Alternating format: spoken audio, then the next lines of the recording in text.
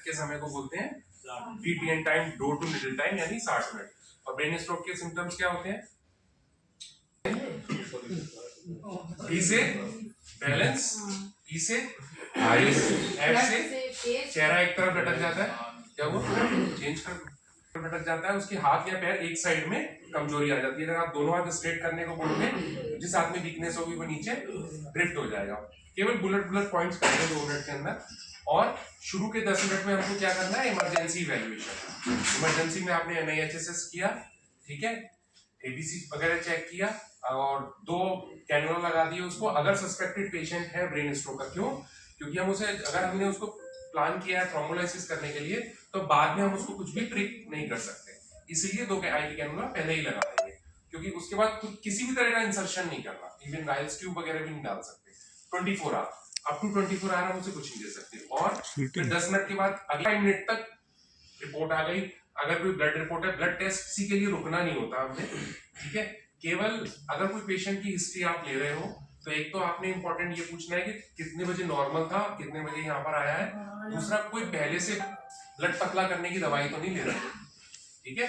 अगर कोई ब्लड पतला करने की दवाई ले रहे हैं तो ऐसे पेशेंट को थ्रोम्बोलाइसिस करने के लिए पहले हमको डिसाइड करना पड़ेगा डॉक्टर को कि हमें थ्रोम्बोलाइज करना है, उसी में PTI इनर की जरूरत पड़ती है। अदरवाइज किसी भी ब्लड टेस्ट के लिए रुकना नहीं है, केवल शुगर चेक करनी होती है।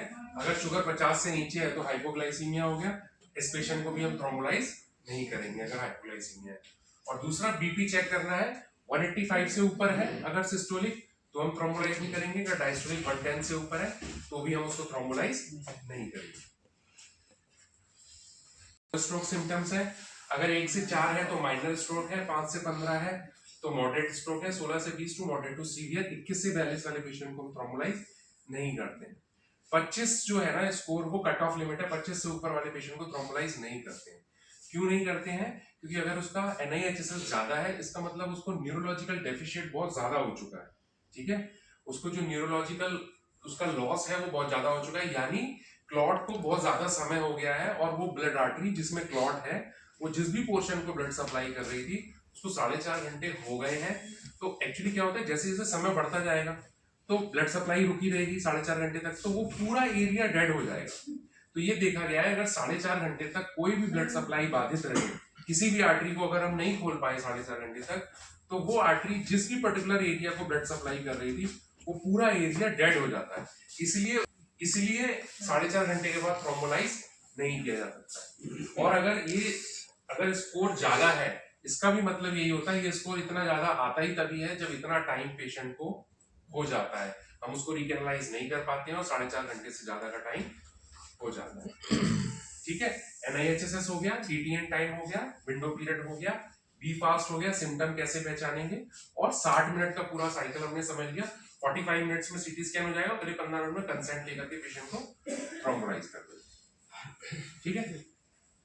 इसलिए करते हैं जिससे स्ट्रोक को पहचान चला कि कितना बड़ा स्ट्रोक इस्चेमिक है या इस्चेमिक है या हेमरेजिक है।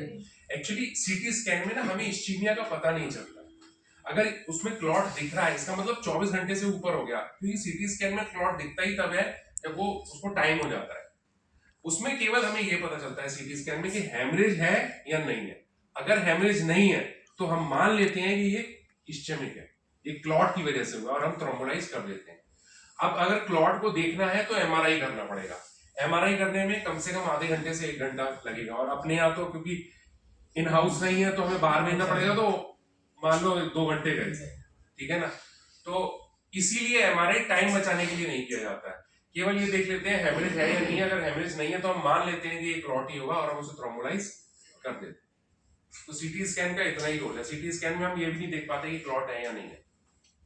CT स्कैन में ये पता चल जाता है कि हेमरेज तो नहीं, हेमरेज तुरंत दिख जाता है, तो बस उसमें हेमरेज देखना होता है। अगर हेमरेज है तो फिर वो न्यूरो सर्जरी का केस हो गया, फिर हम थ्रोम्बोलाइज करेंगे नहीं। लेकिन अगर हेमरेज नहीं है तो फिर हम मान लेते हैं कि एक क्लॉट है, फिर हम उसको थ्रोम्बोलाइज करते हैं।